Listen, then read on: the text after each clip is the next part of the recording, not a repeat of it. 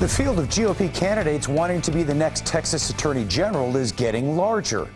Yesterday, former Texas Supreme Court Justice Eva Guzman announced that she is challenging Paxton in the March 2022 primary. Guzman is a longtime judge who became the first Latina to join the Texas Supreme Court in 2009. And current Land Commissioner George P. Bush is also running for the job. Here to talk about this is Travis County GOP Executive Director Brian Ruddle and Democratic consultant Joe Deschantel. Thank you both for being here. Thanks for having me. Thank you. Brian, is Ken Paxton in danger of losing the GOP nomination next March? No, it's hard to say. I think that this Attorney General's race is pretty wide open. We cannot ignore the Eva Guzman's entrance into the race as anything other than a game changer. It was going to be a tight race, I believe, between George P. and Ken Paxton. This is a wild card. It really is hard to determine exactly where the chips fall right now. Right now is kind of the unsexy time of politics. It's about fundraising. It's about crafting a message. It's about coalition building. I think that we'll have a lot greater idea of what the nature of the race really looks like this fall. Joe, Guzman says that her 22 years on the bench sets her apart from Paxton and Bush. Will GOP voters go with experience over name recognition?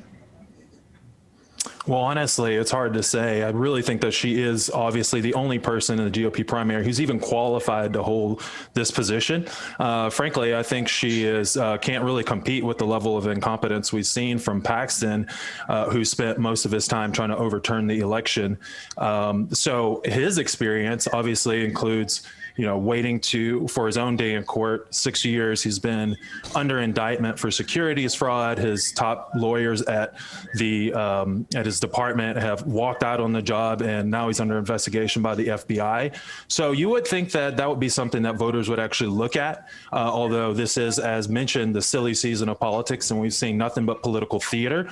So I would expect that she's the one I would look out for if competence and experience were really what mattered here. But you mentioned name experience, and you have George P. Bush, who's really only known at this point for quote unquote reimagining the Alamo and failing to give any money to Harris County and the city of Houston for Harvey relief funds. And he was rebuked in a bipartisan way by Republicans and Democrats in the state's largest county.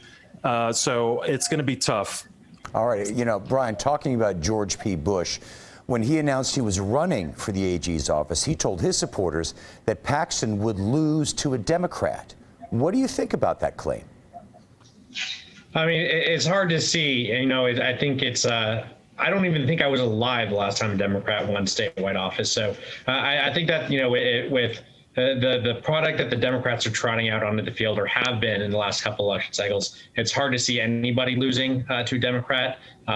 Here in Texas, obviously, Republicans are for rule of law. We're not for this, open border policy. So I really think that it's going to be difficult for any Democrat to beat the Republicans. They just, don't tell me you can do it until you show me you can do it. And the Democrats have not done it.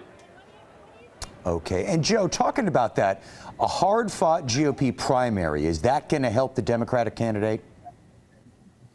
Well, yeah, I do think it depends on who comes out on top. I mean, we could look at 2018 when Paxton, only won his race by barely 3% points. And so, that's something that happened right after he was indicted. And I think, he still had somewhat of the benefit of the doubt.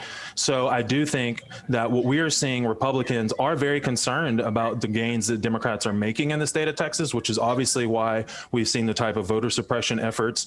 And so I do think that we have great candidates that are going to be aligning for this particular role. Joe Jaworski, former mayor of the city of Galveston. Lee Merritt I think he's going to announce he's a civil rights attorney from Dallas. And so I do think Republicans should be concerned, but I think Democrats are going to spend their time organizing and getting their voters out. Okay, it's going to be interesting now. Joe, Brian, thank you both very much for talking with us. We appreciate it. Thank you. Thank you.